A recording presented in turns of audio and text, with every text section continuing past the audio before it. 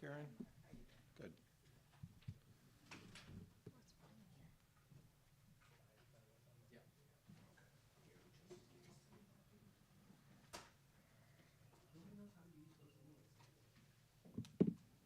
Let me know when everyone is ready.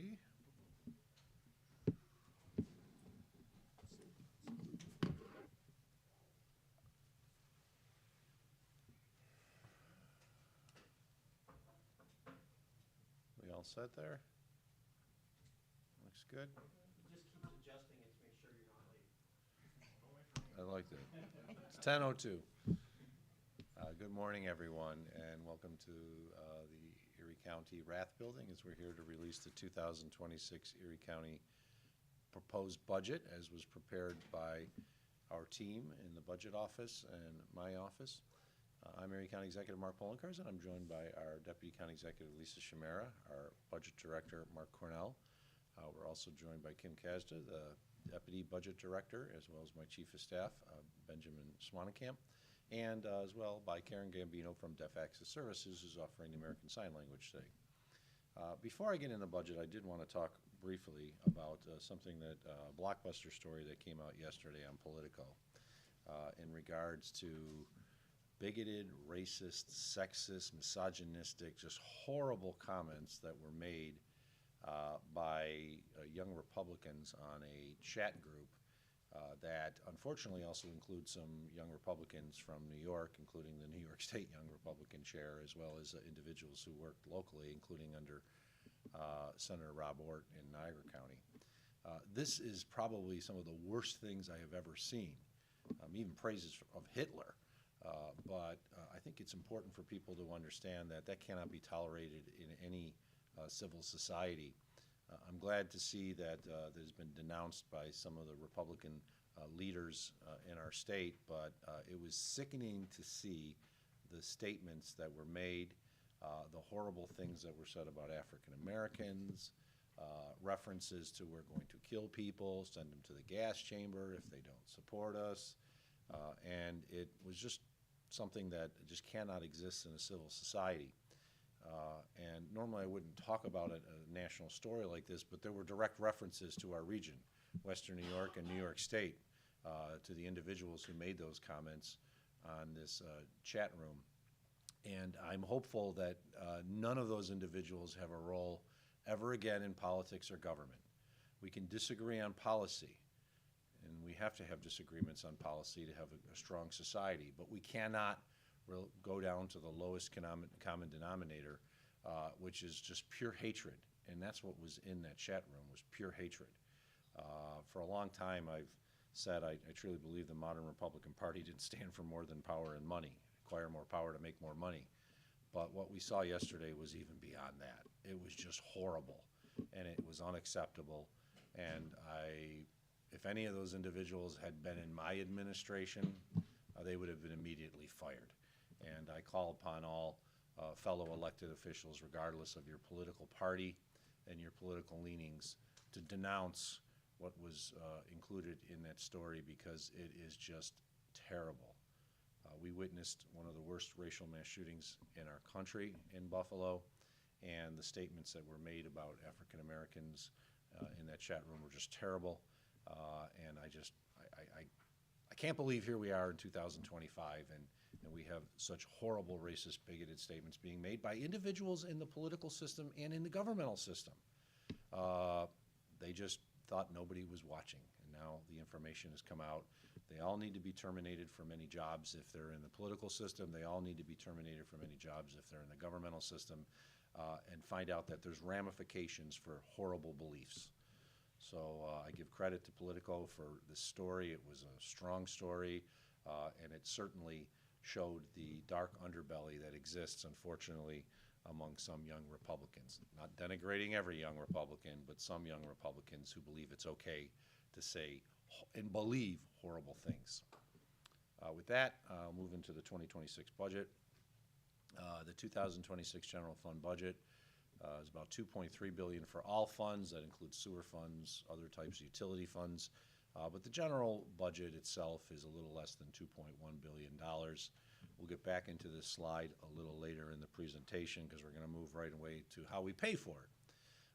And what you see are the revenues associated with our $2.1 billion budget, of which half of it is related to sales tax, and of that half, as we'll talk about a little later, approximately 45% of that is actually shared. It goes out, it comes in through Erie County government, and then it goes out through Erie County government to cities, towns, villages, and school districts. But we have, as a portion of the budget, the vast majority is sales tax. Then the next largest would be locally shared property tax or locally derived property tax, and then state and federal aid, which makes up much less than people think, and federal aid, which we're expecting to see drop in the future. The total property tax levy is $347 million. That is 1.5% growth on the levy from 2025. It's the smallest levy growth we've had in some time. We actually leave the majority of the growth that we could have based on the assessment values on the table because we did not want to go over the property tax cap. So we're only getting 1.5% growth, $5.3 million. If we had just kept the tax rate the same, we would have had another $22.5 million of revenue that could have been generated by Erie County government. And we've given the libraries a greater share of the total $347 million. So the Erie County property tax levy, so this goes for county services outside of the library, is $316 million, of which there's 1.35% growth. And the property tax levy for the library is $31.9 million, or 3% growth from last year. So we actually gave a greater percentage of growth to the library than we did kept it internally. It's one of the lowest growths that the library's seen in the last couple of years, but it's not beyond the realm of what we've seen in the past because in prior year they had 2% growth. And we have increased the library support by $12 million, or 60% since 2012. We are investing in our libraries in Erie County government. The property tax rate in total is $3.09 per thousand. That is a 20% reduction from the 2025 tax levy amount. It stays under the New York State tax cap. It's the lowest rate, once again, ever, at least we can determine, going back into the 1800s, and it's based on sound budgeting. This is a sound, balanced budget. It was a tough one to craft, as we'll talk a little bit more, and then we're looking at some very difficult times going forward in 27 and beyond as a result of the big shift that's coming from the big ugly bill. But I can tell the people of Erie County that the property tax rate is going down, and for most Erie County residents, they will see a tax cut. So here's what Erie County's property tax rate has done over time since 2012. You can see it was pretty level and then has dropped substantially in the last few years, such that we will be at $3.09 if the proposed budget was approved as is. Now the legislature is going to have an opportunity at it, but right now it is actually the lowest rate it'll ever been. It's a 39% decrease in the tax rate since 2012, or $1.94 per thousand. And when you do a comparison to the other counties in Erie, Western New York, it is the lowest by far at $3.09. The closest would be Niagara County at $4.83. And then you see the rest of the counties. This is not to denigrate the other counties. It's just to say, as people often go, your taxes are high in Erie County. Our actual tax rate in Erie County is lower than every other county in Western New York and is one of the lower ones in New York State. And to do a comparison to look at the impact, here's a house in West Seneca that if based on the proposed tax rate, assessments, the way the system has worked with equalization rates, we expect that this homeowner will see a $46 reduction in their taxes. Here's a house in Cheektowaga on Barbados Drive. This homeowner will see a $58.64 reduction in their county taxes. Here's a town of Boston house, Lower East Hill Road. This homeowner will see a $101.39 reduction. And then this is a big one, Buffalo, because of the revaluation, reassessment, equalization rate adjustments. This house in Buffalo on Woodward Avenue will see a $500 reduction in their Erie County taxes as compared to 2025 because of the respread that was done in the city of Buffalo. So for quite a number of homeowners in the city of Buffalo, they're going to see a fairly substantial property tax cut for their houses due to the reassessments, revaluations, and the equalization adjustments. And we're proud of this because this just shows that we have been able to hold the line on taxes and people are going to come up with significant cuts. Now, I wanted to talk about the property tax make up the smallest part of a property tax bill. Often people say their taxes are going up. How can you say you're cutting taxes? Well, you got to look at it in the totality of the situation. This is from a house in Williamsville. So you have the two lines on the top, which are highlighted, which is the library tax and the county tax. And then you have everything else, which includes the sewer, town, and school. And because this is Williamsville, it actually doesn't even include the village. But this is the bill that will go out from a prior year, sample bill. And what we're showing is that, yes, your taxes in total could go up depending on what you're paying and combined with everything else that's included in your taxes, but your county tax could still be going down. So in this example here, the combined county tax of the library and the county only makes up 16% of this tax bill, with more than 50% made up by school taxes. And then the town, and then there's sewer charges and other things that are added in. So we wanted to highlight this because here's a tax bill where it's over $9,000 in total taxes, of which the combined total for the county is only $1,500. And the vast majority of it, or the majority of it, I should say, is made up by school taxes. So when people go out there and say, you're lying, Poloncarz, my taxes did not go down. Well, I'm not lying about the county portion. The county tax rate went down. Their county taxes could have gone down, but they still could have seen an increase in overall taxes because of everything else that's included, including school taxes, town taxes, other types of charges that exist, and then there's also village taxes, which come out at a different time of the year. So, of course, our budget is made up of sales tax revenue. At least 50% of our revenues are basically sales tax revenue. We've seen 4.3% growth year to date, with a modest growth projected for the rest of the year. We are projecting 1.5% growth over the 2025 year-end projection. So if we do that, we will have received next year $614 million budgeted, and then we're sharing $492 million among the cities, towns, villages, school districts, and NFTA. So when people talk about the 8.75% tax, the first 4% goes to New York State. So then we're left with 4.75% left over. Of that total, Erie County retains about 55% of it. The rest of it goes to our cities, towns, villages, school districts. And here's how it's broken down in 25. And here's how it's broken down and proposed and expected to be broken down in 26. Interestingly, people often talk about the city of Buffalo and the revenue issues it has. We're projecting the city will get $120 million of all the sales tax that are generated in Erie County next year, which is approximately 11%. And the school district will receive $63 million. The comparison, when you include all the cities, towns, and villages other than Buffalo, you have $142 million that's going to go to them and $120 million that's going to the city of Buffalo. If this was based on population, the city of Buffalo would receive a substantial less amount. But the city of Buffalo gets 2 bites at the apple under the sales tax sharing agreement. So they get actually more than what would be a population-based sharing of the sales tax. And I bring this up because there's always been talk about, well, we should change the sales tax sharing formula.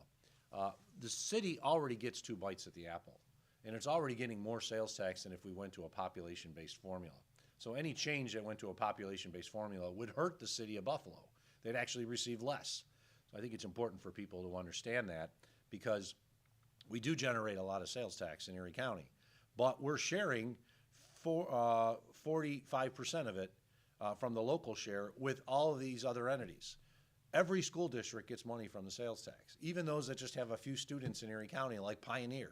Pioneer Central is really in another county, but it has a few students in Erie County, so we share some of the sales tax with Pioneer, just like we do with every other school district in Erie County. Other revenues, This is just a list of other revenues that we have.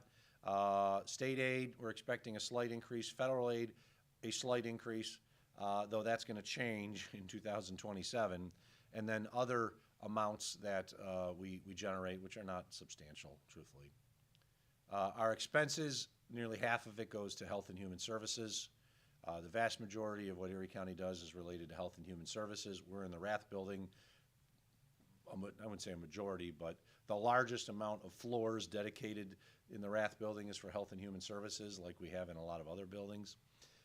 And then you see the kind of purplish, light purple, maybe blue, I guess, pie chart color on the top, which is economic and community development. That also includes the sales tax sharing with the other municipalities. So we're not spending over $500 million necessarily on community development, but it includes the sales tax sharing. The general fund expense summary, $2.1 billion. We are seeing an increase of 5.75% over 2025. The majority of that, 71%, is due to mandated expenses, including increased amounts for sales tax sharing. We're going to be paying more to ECMC on intergovernmental transfer payments. This is a big one, $14.5 million more above and beyond what we're already paid. An increase in the safety net program. This is a direct result of the big ugly bill. As they're making changes, less people are qualifying for federal programs, but under state law, they still might qualify for the safety net program. So we're seeing a $14 million increase on this. That 80% of it is paid for by Erie County, and then 20% is basically paid for by states and a minor amount from the feds. Increases in child care, family assistance, other types of lines. So these are all mandated. We can't change these. And that's 71% of the increase of the $113 million is coming from mandated amounts. We also have increases in our salary structure and our benefits under contracts that we've negotiated. We made significant investments in the last few years, including over at the Sheriff's Office and the DA, and now those jobs are full-time, 365 days a year. If we created new jobs last year, they only were funded for part of the year, basically, because they hired the people in mid-year. So there's additional costs that we've had to incur, including moving the sheriff's jail and holding center deputies to a 25-year pension plan, which was really requested and fought for, and we agreed to do, but there are long-term costs associated with that. And the new ambulance service is now full-time with 59 new life-saving positions across the board. If we had increased our budget by all of the departmental requests, we would have been spending another $32.6 million more. We rejected 89 new position requests. We deleted 50 total positions, 12 full-time. We reduced overtime. We made adjustments to fringe benefits. We cut discretionary spending lines in departments and we didn't cut not-for-profits and culturals, but there was a ridiculous amount of requests this year above and beyond what they normally ask for. And we cut a lot of those new requests. There actually is small growth in the arts and cultural line, but the amount that they asked for was beyond pale. We had a number of not-for-profits come up to us and said, we're losing funding, we're losing our federal funding streams, people are not giving to us, the county will make us whole, correct? And the answer is no. The county cannot make them whole. We have our own issues we have to deal with. We can assist. We offered small increases, really like 2.5% to 3%, nothing much, but the requests were really astronomical. We're actually in the almost 50% category of increases from what we currently give.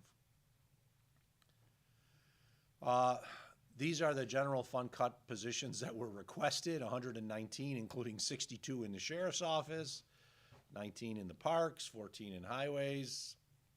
We did approve 30 new positions, 7 in parks, which are all related to Willowdale, and most of those will not take effect until later in the year when the park actually is open. And then there were 5 new jobs in real property to allow us to create a real property division to basically determine all the parcels that the county owns, sell many of these parcels that we no longer need. We believe this will be actually revenue neutral, generating revenue for the county. Sheriff's Office to get 3 new positions. Highways, there's 5. It's 1 new crew chief per district. We've been doing this for the last years, and this is the last year we're doing it. And then we deleted a total of 50 positions across the board that were vacant. Almost every one of these positions was vacant for more than 1 year. We have a charter mandated law that says if a position has been vacant for 1 year, it has to be eliminated. We've been telling department heads that for a while, and they're like, oh, that's great. We eliminated them. They're being eliminated. If you haven't filled the job in a year, you don't need the job. There's some new expenses. In the end, we have totals of $2.3 million, or just a 2% increase. 30 new positions, 29 full-time with deletions of net 20 or 17 full-time. Just get through this. These are a lot of new positions. Nothing really exciting. I just talked about them. 85% of the county budget is mandated. We've talked about that before, with the largest line being Sheriff Police Services. Did you realize that the Sheriff's Police Services or Road Patrol Division is not mandated? It does not have to exist. We choose to have it exist. By law, we don't have to have it. The libraries are number 2, Public Works, Highways. The Highway Department is not mandated to exist, but we have it because it's a good thing. Tourism, parks. These are all the non-mandated. This is what everyone assumes is county government. This is when they think about county government, they think about everything on this list here. It's the other stuff that we do, the health and human services, that makes up the vast majority of county government. Tourism promotion, due to the new local law on vacation rentals, all future tax revenues from those are dedicated towards tourism promotion. So there's $14 million from the hotel tax, 2.3 it's going to the convention center, 4.5 that's going to the convention center, 7.5 or 7.15 to Visit Buffalo. That is the highest amount we've given them in many years, and it's a result of the local law. And then we're proposing to give $8.6 million in operating support for 110 arts and cultural institutions, which is the largest amount that we've proposed in some time. It is a small growth, certainly not as much as what they asked for, which was much higher. The capital program is a big one, $122 million in capital investment for 26, $73 million of which would be bonded, $20 million PAYGO, which means it comes out of our operating budget, and $29 is a shared amount from the state and federal government. $30 million for big generational public safety projects, including $20 million for the initial design and engineering for a combined holding center and correctional facility in Alden. This is after the feasibility study and the discussions with all. We've decided to go with a new facility in Alden, and the first $20 million of that is slated to be borrowed next year. This is an estimate of a $430 million cost. This is a big nut, which will have a $25 to $30 million annual debt service, which would in all likelihood require Erie County to vote over the tax cap in the first year of the debt service to ensure that we could pay it without having to cut everything else. $10 million for a regional communications trunked radio system. We have an older system. We want to work with our partners at the NFTA, Amherst, other places to have a trunked radio system. The first $10 million is to create the system, and then the $20 million in the following year would to be outfit all of the EMS vehicles, all the county departments, you name it, with the equipment needed to access the network. The remaining $92.3 million funds everything you can imagine. Road and bridge projects at $60.8, $5.8 million for new 911 system equipment and software updates there, $3.5 million for SUNY Erie, $3 million for parks, $2.6 million for the county's SAP system, which we're in the process of changing over, $2.5 million for Renaissance Commerce Park, and $2.2 million for the downtown library. Now I want to get into the big bill, because this is huge. The National Association of Counties, which is a nonpartisan organization, it's made up of Democrats and Republicans, and independents and minor party folks. The current board actually leans Republican, and the current president is a friend of mine, J.D. Clark from Wise County, Texas. He's a Republican. I consider him a moderate, good guy. But NACO has issued a report calling the One Big Beautiful Bill the Big Shift, because it will shift an estimated $1 trillion in essential service costs from the federal government down to state and local governments, with the vast majority of this taking effect in 2 2027. You can find this report online. Just type in NACO, big shift, and you will find the report. Erie County, like most other counties, is particularly vulnerable to this law because we serve as the front line for implementing federal and state health and human service programs, of which the big bill directly impacted, and which NACO determined under the big shift will push costs to state and local governments. $1 trillion in total, they're believing. These new mandates will likely put future budgets under immense strain starting in 2027. They looked at SNAP changes and the impact on SNAP and the reduction in the amount of administrative assistance we get from the federal government. At the same time, we're going to be required to do more work, which means we have to hire more people. So we're going to get a 25% cut to SNAP administrative reimbursement from the federal government, and we're going to have to increase the amount of people that we have because we're required to do more recertification of files. More individuals are going to be needed to review those files. Just to give you an idea, if someone is on SNAP, Supplemental Nutrition Assistance Program, they get certified. They basically get certified annually. Under the new law, if their income changes at all, we have to recertify them. So if somebody worked 40 hours a week, qualified for SNAP, and now they work overtime and they get 45 hours in that 1 week, we have to recertify it, even though it's only a 5-hour difference. It's that onerous. It's that extreme. And at the same time, we're going to be getting less money from the federal government to do the work. So we're going to have to pay out of our own pockets to perform more work than what's really necessary, and it's going to have a huge impact. That's SNAP. Medicaid and HEAP. Medicaid, of course, massive cuts. We're expecting that tens of millions of dollars of new costs are going to be passed on to Erie County government. We're very worried that we could see the phase out of the hard cap.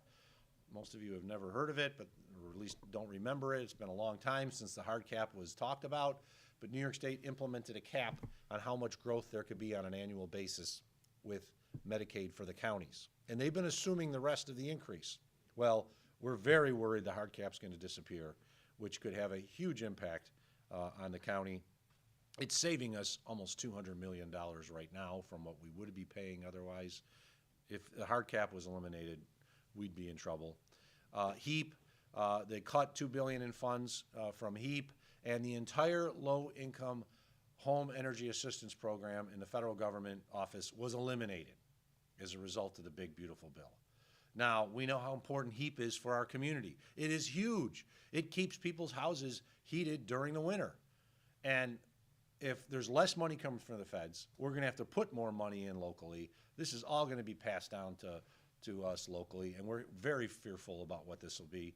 We also included the maps for, as you see, for SNAP and Medicaid and HEAP, because this affects not just northeastern states, Democratic states. This affects states across the country, states that are controlled by Democrats, states that are controlled by Republicans.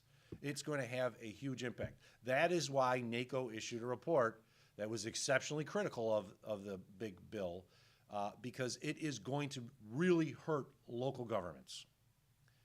Not really as much in 26. It takes effect in 27 and beyond. And that's why we are very concerned about the 4-year plan. We are required to put a 4-year plan together. We often see small gaps in the out years, but we have never seen gaps in the out years like we're seeing right now, which we're expecting potential gaps of $90 to $100 million in the out years. This is going to be impactful. This is going to hurt.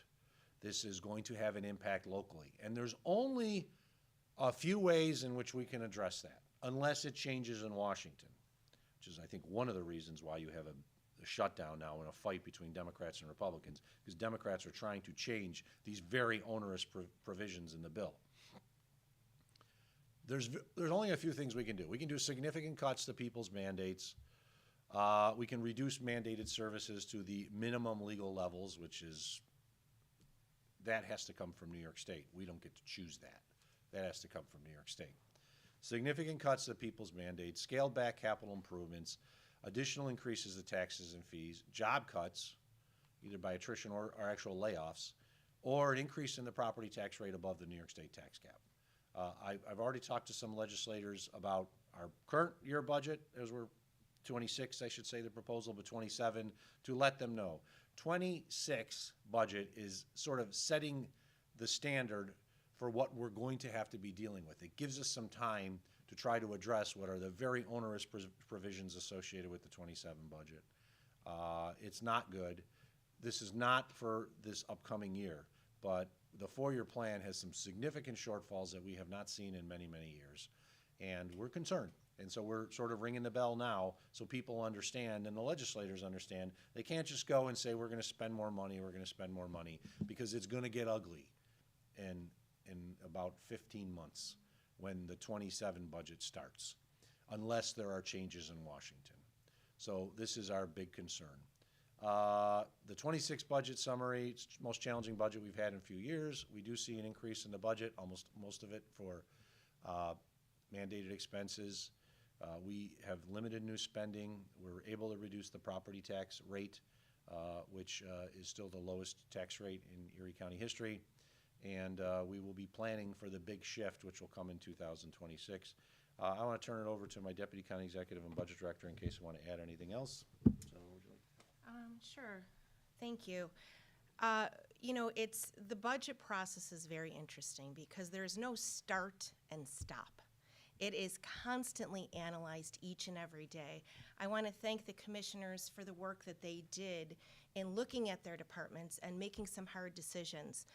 For somebody who works on health and human service initiatives and with partners each and every day, I am extremely concerned about the future of Erie County and the services that we provide each and every day to our residents. I always thank the county executive for the work he has done on budgets year after year. He has done an outstanding job of saving for times that we need them most. I think that this is the time where we are looking at a future that is very disheartening. So I want to thank him for his work and his leadership. Of course, Mark Cornell and his office, this is the work that he does each and every day. Of course, extremely challenging. He does such a great job, and I'd like to thank him. Thank you. Mark, a few words? I think the only thing I would really add is due to the leadership of the county executive and sort of my predecessors in the budget office, we were one of the few communities that came out of the COVID-19 pandemic stronger as opposed to being weaker. We had the opportunity to utilize almost the entirety of our $178 million of American Rescue Plan funding for generational infrastructure projects. And after that, we had a number of years where the county had significant budget surpluses, mostly predicated on the restoration of state aid cuts and some changes to sales tax regarding internet sales tax specifically, that allowed the county to become very creative and responsive to the community's needs and implement a lot of new programs and plans and do a lot of wonderful work. We are now getting to the point where we need to focus on maintaining all of that work that's been done over the last several years rather than adding on at that point. A lot remains to be seen, frankly, when we're thinking about the out-year gaps in 27 and 20 and beyond. Those are going to be dictated almost primarily by decisions from New York State within the next year. We are going to have a better idea of what costs we actually are going to bear in terms of Medicaid specifically with the state budget that will be released in this coming April or the April after that. That is when all of this is going to become particularly real. So our goal right now is to be flexible, not go beyond our means, and be ready to implement the sort of planning that went into the, frankly, dealing with the COVID-19 pandemic. We did a massive debt reduction plan. And that's the reason that we were able to get out of that stronger, and I'm confident we'll be able to do the same thing, should these worst scenarios come to fruition in the next couple years. Thank you, Mark. Thank you for your work as well as your team's work. This was very difficult. Just to finish before I open up the questions,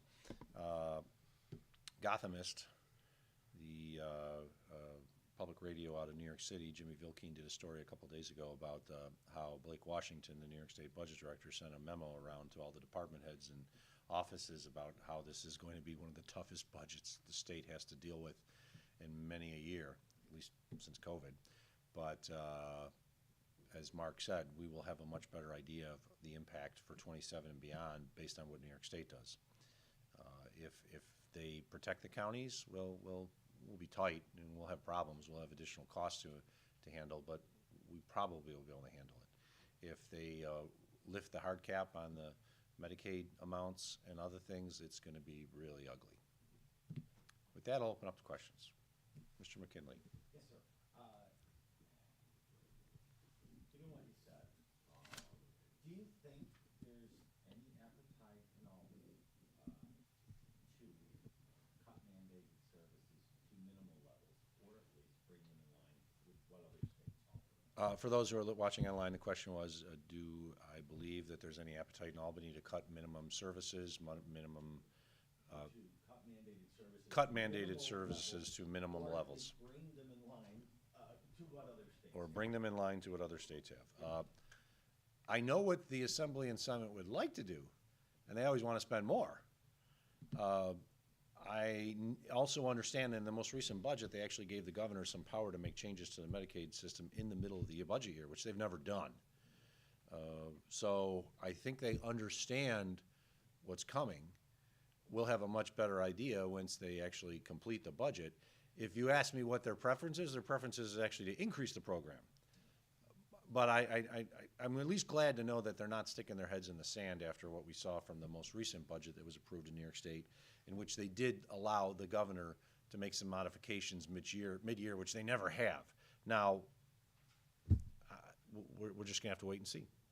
The other question I can't really offhand here, when you mentioned you looked out into the future, 90 to 100 million, I think you used the term gap. Is that another way of saying a projected deficit? It could be, yes. 90 to $100 million based on what our expected revenues would be for those years.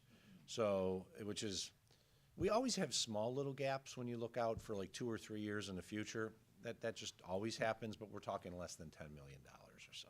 Something that we can handle by making adjustments, or we just get better revenue numbers. The term gap, it's interchangeable with. Yes. We are not in a deficit situation, and the 26 budget is not, but if things don't change, we could be, because of really the big bill. It's all related to that. Has nothing to do with what we're dealing with locally.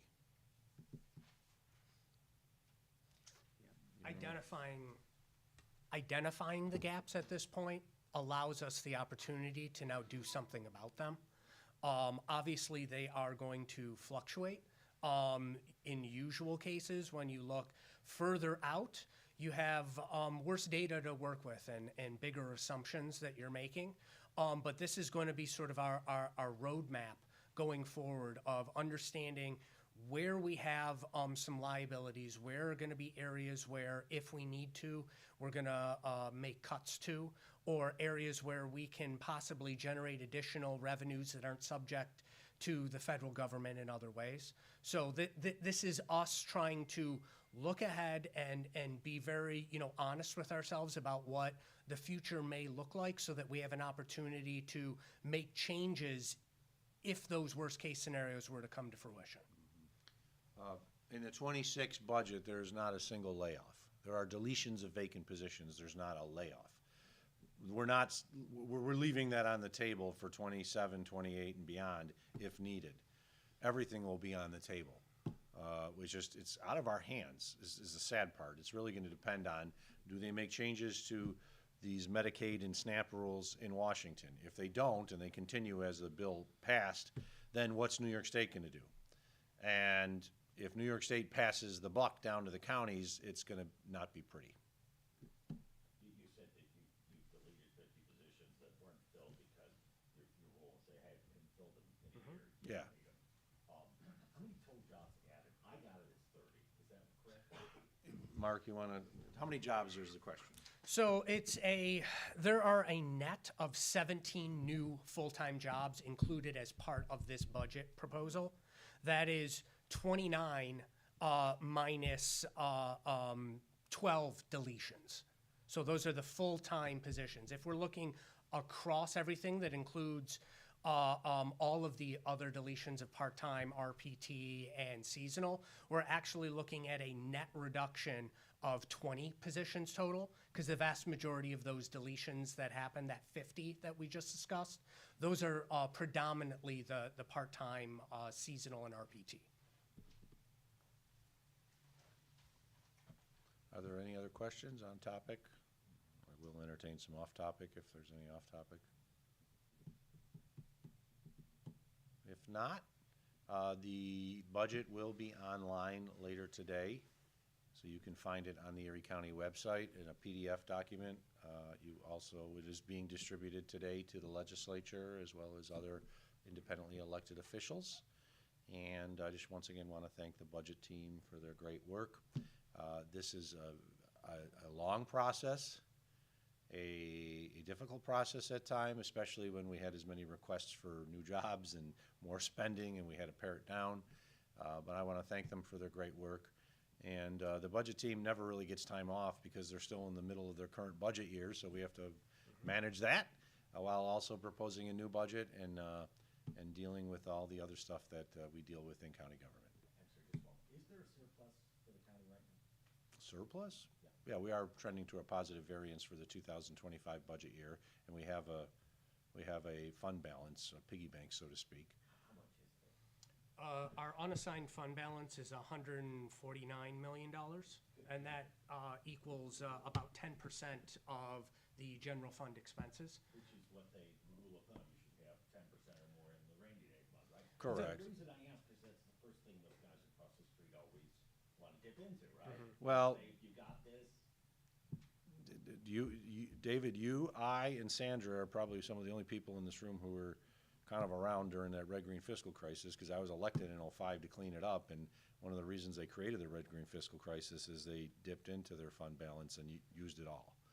And that's a terrible, terrible way of managing government, and we see another government that's unfortunately dealing with that right now, not too far away in the city of Buffalo, where they use their fund balance for a whole bunch of years, and now they don't have it other than a small amount that they're mandated to have, and they can't touch. Yes, we do have a fund balance. We have a piggy bank, so to speak. It's about 10% of our overall budget. We have a law that requires us to have at least 5%, but the recommendation is 10%. It's one of the reasons why we've gotten and received credit rating upgrades in the last couple of years, and we're AA rated, is because we have a good fund balance, and we would not want to deplete that. Otherwise, not only would we see our bond rating reduced, it would generally mean, if we're depleting fund balance, that we are structurally unsound. We're paying for our ongoing expenses with non-reoccurring revenue, which is a really bad situation, and something I've said I'd never do as county executive. and what do you do with that? Do you invest it, or does it? Well, it's invested. sit in the- Well, there's not like a certain amount that's sitting in the bank at any one time. It goes up, it goes down, and then you make the analysis at the end of the year. But when we have extra cash, it's actually invested through the comptroller's office. And when the last few years, when interest rates were higher, we've done very well on the investments and generated additional revenue that way. Now that interest rates are dropping, we're expecting to receive less in interest off that, which means less overall revenue that we could use for other purposes. Can you talk a little bit about spending in this budget for the Bill Stadium? Well, there is hardly any money in the 26 budget for the Bill Stadium other than really debt service. We're done. We're out of it. Once the stadium is transferred over to New York State, we no longer have any operating, game day, other types of obligations to the football team. That will happen in 26. So there's a small amount. I think it's $1 million. Yeah, It's a hair over $1 million. it's a Two $520,000 payments. which is really going to go for just life-saving issues at the current facility, and then to just finalize some stuff with the new stadium. And that's it. We're done. We no longer have any obligation other than the debt service, and that's saving county taxpayers, truthfully, more than $100 million easily during the life of the borrowing. It's probably more than $200 million now that I think about it, over a 30-year lease. It was one of the key things that I wanted as part of the lease negotiations for the county to be out of the football business, because we are paying costs associated with operating. We're paying costs associated with infrastructure. We're paying a game day amount. And that's going down to zero. And that's a win for all of us. And we kept the team in town. That was good.